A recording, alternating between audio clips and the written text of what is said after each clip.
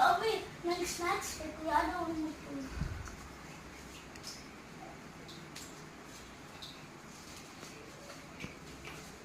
French fries ಹಾ ನಾವು ಹಾ ಓಕೆ.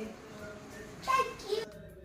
ಕಿಡ್ಸ್ ಈ ರೀತಿಯಾಗಿ ಡಿಮಾಂಡ್ ಮಾಡಿದಾಗ ಮನೆಯಲ್ಲೇ ಕ್ವಿಕ್ಕಾಗಿ ಫ್ರೆಂಚ್ ಫ್ರೈಸ್ ಮಾಡೋದು ಹೇಗೆ ಅಂತ ನೋಡೋಣ. ಪೊಟಾಟೋನ ಪೀಲ್ ಮಾಡಿಕೊಂಡು ಚೆನ್ನಾಗಿ ಒರೆಸ್ಕೊಂಡು ಡ್ರೈ ಮಾಡ್ಕೊಳ್ಳಿ. ನಂತರ ಚಿಕ್ಕದಾಗಿ ಸ್ಲೈಸ್ ಕಟ್ ಮಾಡಿಕೊಂಡು ಕಿಚನ್ ಟವಲ್ ಅಥವಾ ಕಾಟನ್ ಬಟ್ಟೆ ಯೂಸ್ ಮಾಡಿಕೊಂಡು ಚೆನ್ನಾಗಿ ಒರೆಸ್ಕೊಂಡು ಡ್ರೈ ಮಾಡ್ಕೋಬೇಕು. ನೀರು ಇರಬಾರ್ದು ಆ ಸ್ಲೈಸ್ಗಳಲ್ಲಿ.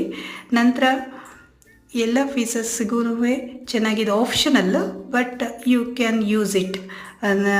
Cornflour, garam masala powder and besan, ರುಚಿಗೆ ತಕ್ಕಷ್ಟು ಉಪ್ಪು ಹಾಕ್ಕೊಂಡು ಚೆನ್ನಾಗಿ ಮಿಕ್ಸ್ ಮಾಡ್ಕೊಳ್ಳಿ. ಎಲ್ಲ ಸ್ಲೈಸಸ್ಸು ಚೆನ್ನಾಗಿ ಕೋಟ್ ಆಗೋ ಥರ ನೋಡ್ಕೊಳ್ಳಿ.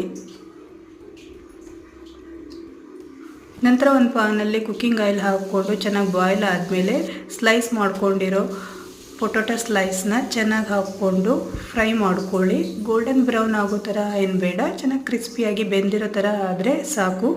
ಈ ರೀತಿಯಾಗಿ ಸುಲಭವಾಗಿ ಮನೆಯಲ್ಲೇ ಫ್ರೆಂಚ್ ಫ್ರೈಸ್ ಮಾಡ್ಕೋಬೋದು. ಮಕ್ಕಳಿಗೂ ಸಹ ಇಷ್ಟ ಆಗುತ್ತೆ.